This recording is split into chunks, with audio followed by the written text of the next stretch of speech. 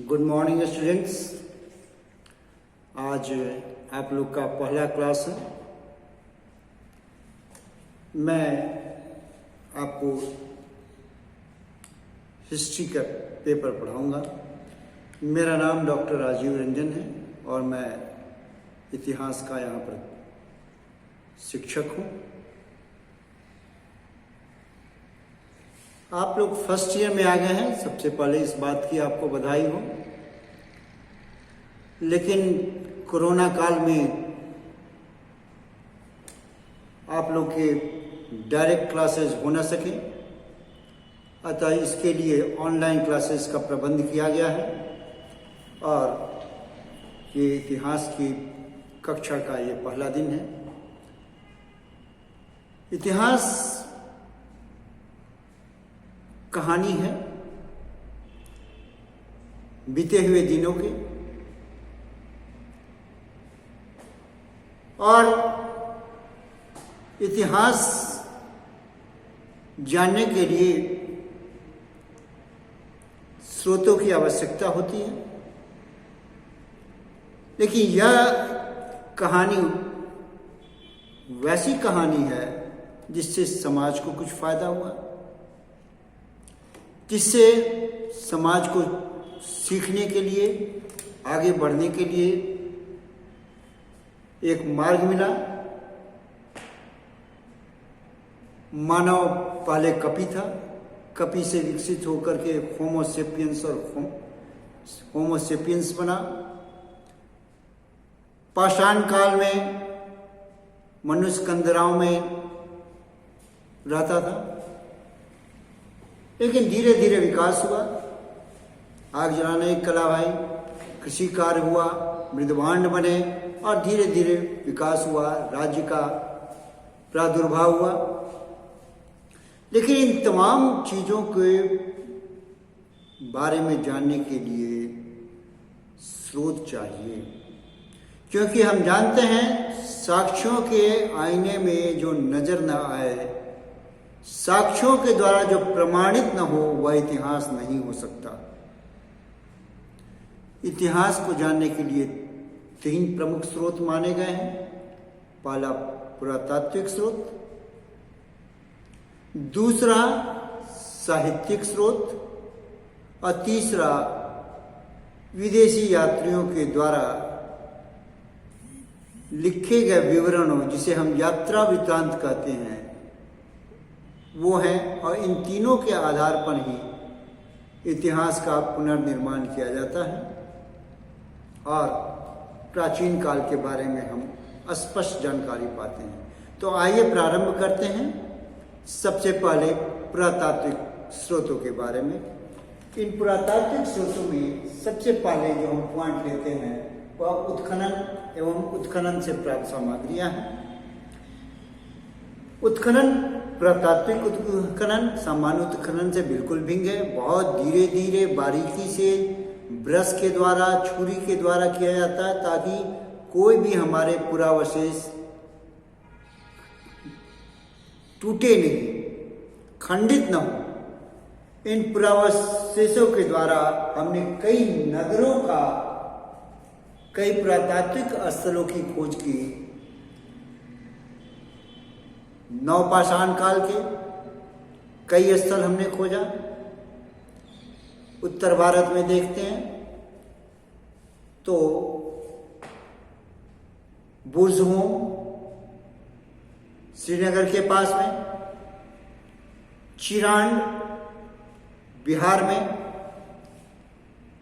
और दक्षिण भारत मास्की, गुजरात, निट्टूर, ऐसे कई स्थल, पिकलीहल, टी नरसीपुर, पय्यमपल्ली, पूरब में और बड़े पांडु, राजा डिबीन, अनेकों स्थलों की हमें जानकारी मिलती है और ये उत्खनन के द्वारा खोजे गए हैं।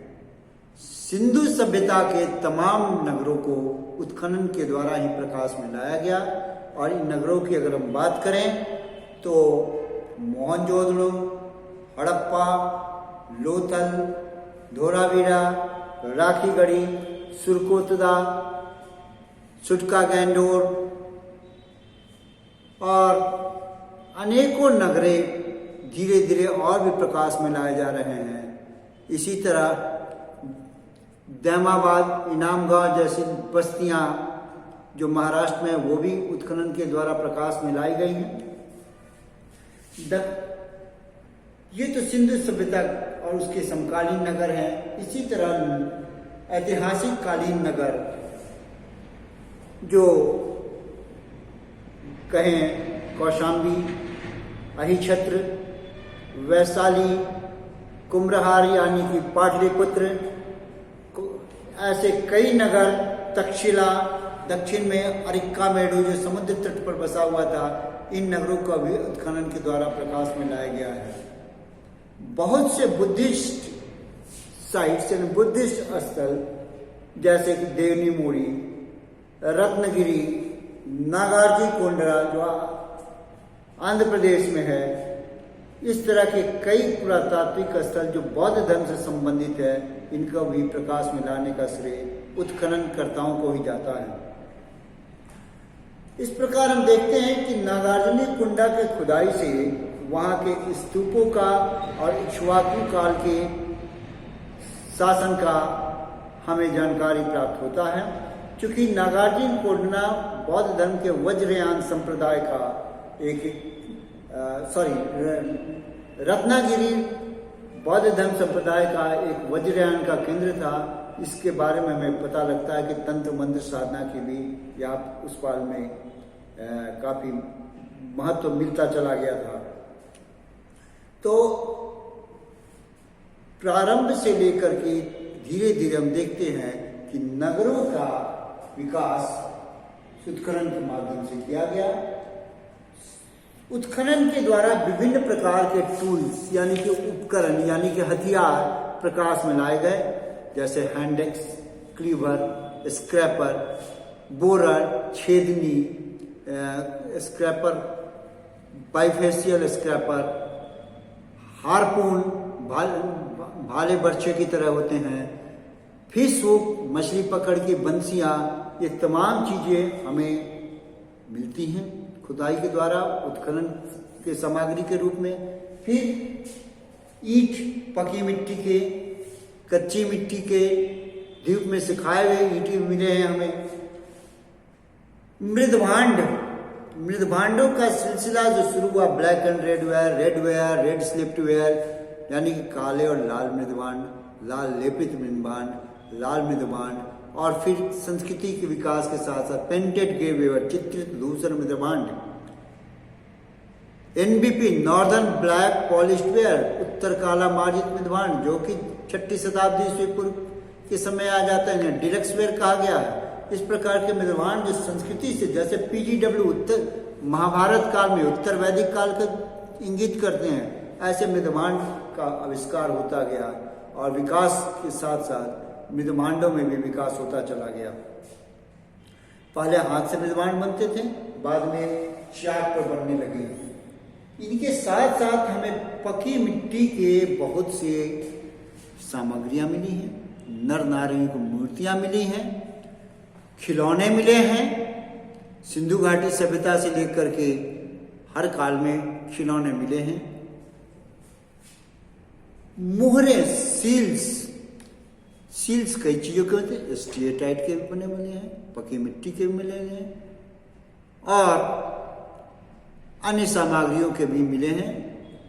तो इन मुहरों पर उस काल का अंकन, सिंधु घाटी सभ्यता से तो अनगिनत संख्या में मुहरें मिली हैं और इस पर मनुष्यों की, पशुओं की, कुछ काल्पनिक चीजों की भी इस पर मिली हैं, ज्यामितिक डिजाइन भी मिले हैं। इस पर कुछ लिखावटें हैं जिसे हम आज तक पढ़ नहीं सके हैं, लेकिन यह कहा जाता है ये लिखावट बोस्त्रा फिदल विधि में दाएं से बाएं से दाएं लिखी गई है। लेकिन अभी प्रयास जारी है इनको पढ़ने का। इस तरह के हमें मूलें मिली हैं, मन के बीड्स, भांति भांति के बीड्स मिले हैं, विभिन्न पत्थरों के मिली है, चैल्सिडोनी, जैस्पर, एगेट, कार्नेलियन और इसके साथ साथ बाहर से मंगाई गई बिट्स मिले, जैसे लैपिस लजुली जो बाहर से लाजवर जो अफगानिस्तान से मंगाया जाता था, इनके मनके भी मिले हैं जो बहुत ही सुंदर सुंदर बन पड़े हैं। एक बार हम फिर से मोहरों पर आते हैं। सिंधु घाटी से हमें विभिन्न प्रकार के मोहरे मिली हैं।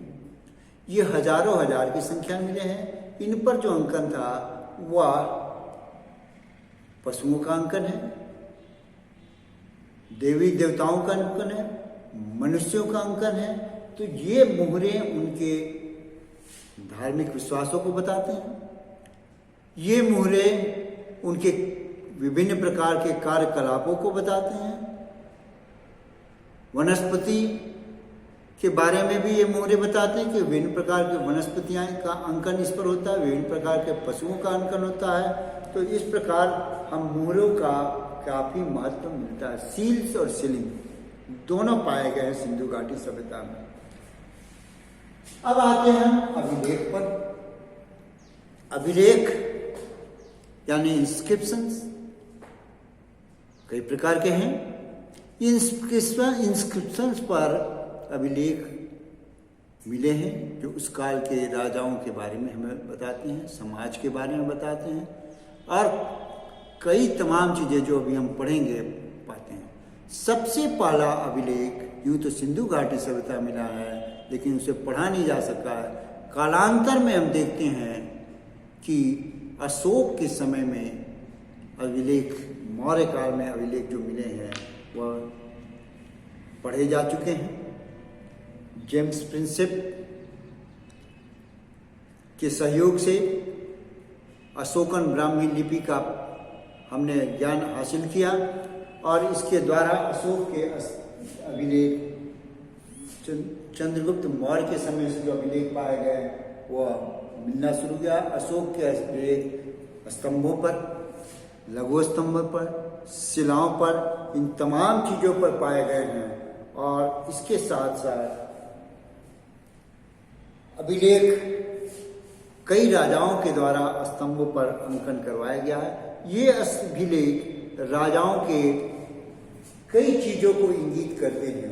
उनके विजय अभियानों को इंगित करते हैं, उनके सामाजिक स्थिति को करते हैं, उनके धार्मिक स्थिति को कहते हैं। एक राजा के द्वारा दूसरे राजा को विजित करने के बारे में भी अभिलेख करते हैं।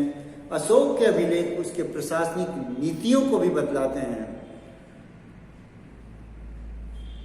इसी तरह पुलकेशिन द्वितीय का ऐहोले अभिलेख उसके विजयों के बारे में बताता है। चंद्रगुप्त द्वितीय और समुद्रगुप्त के दो अभिलेख बहुत मशहूर हैं। समुद्रगुप्त का कौशाम्बी अभिलेख, इसे प्रयाग प्रशस्ति के नाम से आता है, उसके दिग्विजय और के बारे में बताता है। उसके दक्षिणापथ के विजयों, आर्यावर्त के विजयों, समतट के बारे में बताता है और उसके प्रशासनिक नीतियों के बताता है कि आठवीं प्रदेशों को उसने राज्य में नहीं मिलाया। मेहरौली का स्तंभ अभिलेख चंद्रगुप्त द्वितीय की जिससे तारतम्यता बिठाई जाती है। कहा जाता है कि उसने वालिक प्रदेश के बाहर तक उसने अपने विजय अभियान किया था। ऐसा लिखता है कि उसके विजय अभियान सिंधु के सातों नदियों जो सिंधु, झेलम, रावी, सतलज, ब्यास, चिनाब, इनको पार करके वह वालिक प्रदेश तक पहुंच गई और वह बड़ा सुंदर वर्णन है। यह गुप्ता ब्राह्मी लिपि में लिखी गई है और संस्कृत भाषा में। तितरवा सप्तमुखानी यैन समरे सिंदूर जिता वालिका। और उसको ये भी लिखता है कि किस तरह उसको हवा सुवासित हो रही है। हर्षवर्धन के अभिलेखों में भी उसके विजयों का वर्णन मिलता है। इसी तरह हम देखते हैं पाल वंश के राजाओं के द्वारा अभिलेखों में भी उसके विजयों का वर्णन मिलता है। अभिलेख दक्षिण भारत में भी लिखे गए, उत्तर भारत में भी लिखे गए। मुद्राओं पर अभिलेखों का अंकन है। मुद्राओं पर अभिलेखों का अंकन राजाओं के विरोधों को बतलाता है। मुद्राओं पर अभिलेखों का अंकन न सिर्फ राजाओं के विरुद्धों का बल्कि उनके द्वारा विजित राज्यों के बारे में भी बतलाता है। मुद्राएं हमें जिस जिस क्षेत्र में मिलती हैं उससे वाणिज्य और व्यापार का भी बतलाते हैं। मुद्राएं हमें राजा के क्षेत्र को भी बताता है कि उसके राज जहाँ जहाँ तक उन्हें उस क्षेत्र तक इसके राजा मिले हैं। राजाओं की नीतियों के बारे में बतलाता है, जैसे राजा अशोक के समय उसकी क्या नीति थी, ये मुद्राओं पर अंकित है। जूनागढ़ अभिलेख में रुद्रदामन ने जन कल्याण के लिए उसने फिर से उस सुदर्शन झील का निर्माण करवाया और बिना किसी पैसे के लिए हुए जनता पर बिना किसी कर लगाए हुए उसने उस झील का निर्माण किया, जो अशोक और चंद्रगुप्त मौर्य के काल से चला आ रहा था। इसी प्रकार स्कंदगुप्त ने भी उसी जगह पर उस झील को एक बार फिर से जब नष्ट हो गया था पुनर्निर्माण किया। उसने भी जनता पर कोई कर लगाए बिना उसका निर्माण कराया। दक्षिण भारत में भी चोल, पल्लव, पांड्य और अन्य वंश के शासकों का हमें अभिलेख मिलता है। उत्तर मेरू के अभिलेख में, एक मंदिर अभिलेख में चोलों के ग्राम्य प्रशासन यानी कि रूरल एडमिनिस्ट्रेशन के बारे में हमें जानकारी मिलती है और यह दिखलाता है कि वहाँ पर गांव शासन करने में स्वतंत्र थे, राजा उनकी मदद करते थे। ये सेल्फ गवर्नमेंट का ये पहला खूबसूरत उदाहरण हमें उत्तर मेरू से प्रांत के अभिलेख से मिलता है। मूर्तियों पर भी अभिलेख मिलते हैं।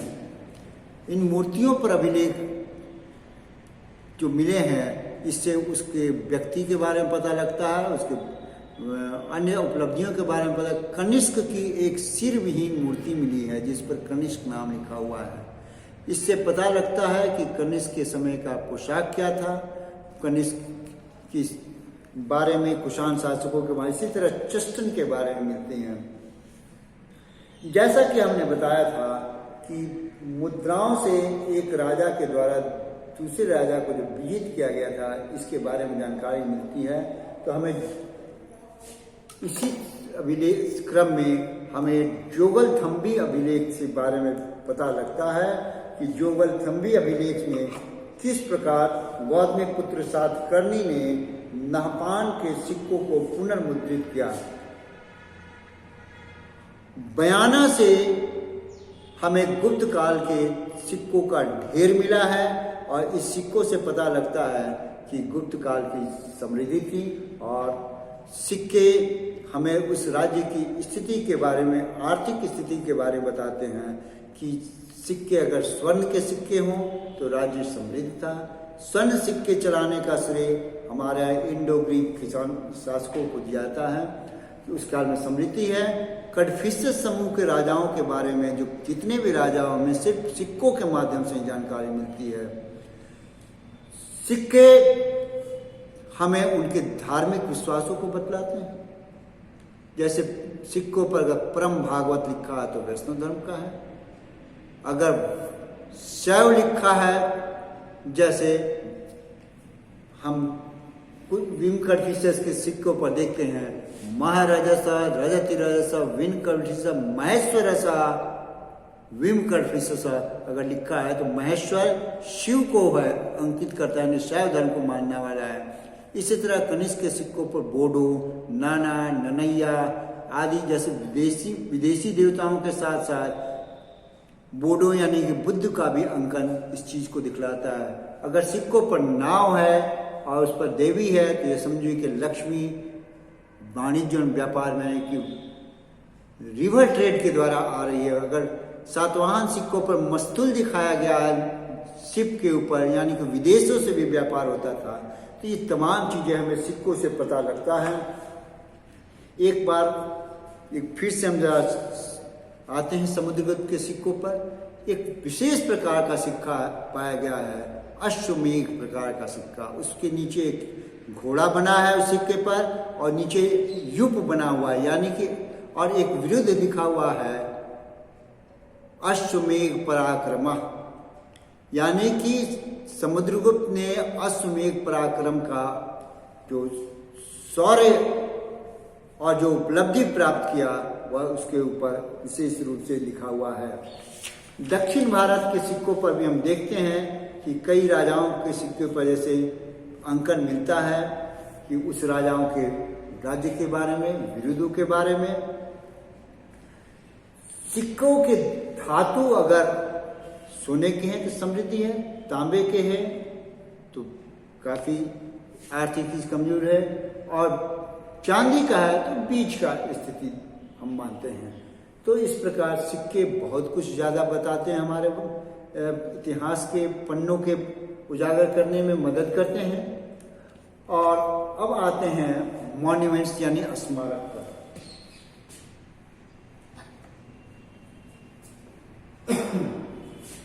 स्मारक मंदिर के रूप में पाए गए हैं। कई मंदिरों को हमने स्मारक के रूप में दक्षिण भारत में, जैसे मदुरई का मीनाक्षी मंदिर, तंजौर का बृहदेश्वर मंदिर। इसके साथ साथ अगर हम पल्लव काल में आते हैं तो कांचीपुरम का मंदिर और सोल टेम्पल, जिसे रथ मंदिर कहते हैं, पल्लव काल के दक्षिण भारत में। मध्य भारत में अगर आते हैं तो उड़ीसा के बहुत से राजा रानी मंदिर, कोणार्क मंदिर, सूर्य मंदिर। मध्य भारत में और बहुत सारे मंदिर है, खजुराहो के मंदिर जो चंदेल शासकों के द्वारा निर्मित किया गया है। और हम मंदिरों के साथ साथ भवनों, राजप्रसादों के बारे में भी हम जानते हैं। तो कुम्हार से 80 स्तंभों का प्रमाण मिला है।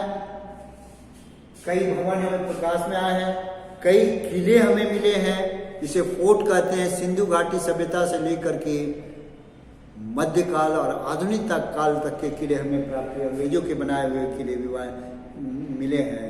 तो किले के बारे में हमें जानकारी मिलती है कि मजबूत किले होते थे और कई तरह के किले होते थे। ये दुर्ग जो है वह पहाड़ों पर निर्मित किए जाते थे, जल दुर्ग भी होते थे, वन दुर्ग भी होते थे। लेकिन जो सबसे ज़्यादा अमीर थे वह पत्थरों के तराश कर बनाए गए, पत्थरों के द्वारा निर्मित दुर्गों के बारे में जो हमें मिलता है जानकारी, उससे बारे में पता लगता है। कई राजाओं ने तड़ागों का निर्माण करवाया था दक्षिण भारत में, विशेष रूप से जहाँ जल संरक्षण की आवश्यकता थी। बड़े बड़े विशाल तालाब बनाए गए थे और उसके साथ साथ अभिलेख भी मिले हैं। अब हम आते हैं गुफाओं पर।